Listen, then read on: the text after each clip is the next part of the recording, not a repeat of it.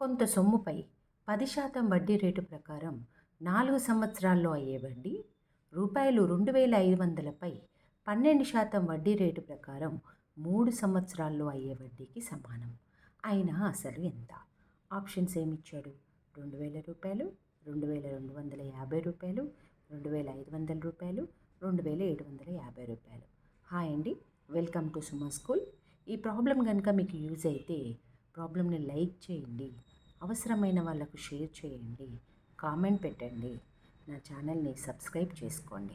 ఇప్పుడు ఏమన్నాడు? కొంత సొమ్ము, ఆ కొంత సొమ్ము ఎంతో ఇవ్వలేదు. 10% వడ్డీ రేటు ప్రకారం 4 సంవత్సరాల కాలంలో అయ్యే వడ్డీ.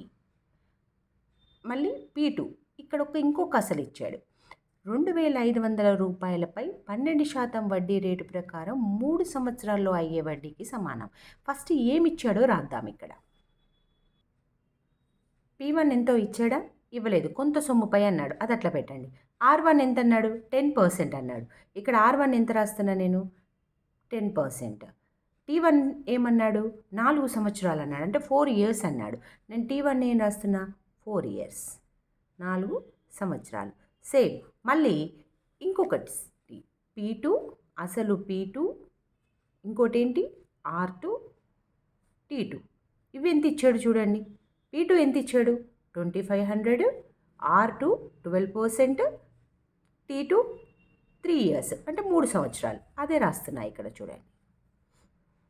ఇచ్చిన డేటా రాశాను. ఇప్పుడు మనం ఏం కనుక్కోవాలి? P1 కనుక్కోవాలి.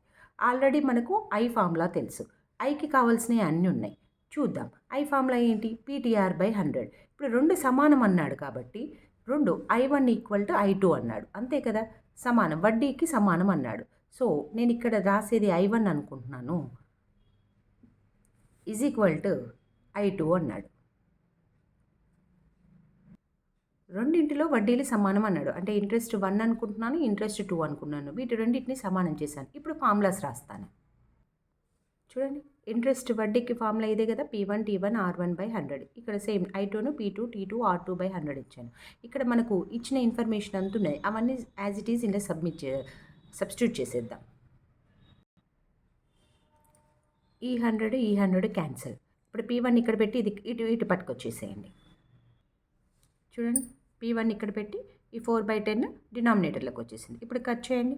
0కు 0, 4 3 25, 9 ఎంత అవుతుంది?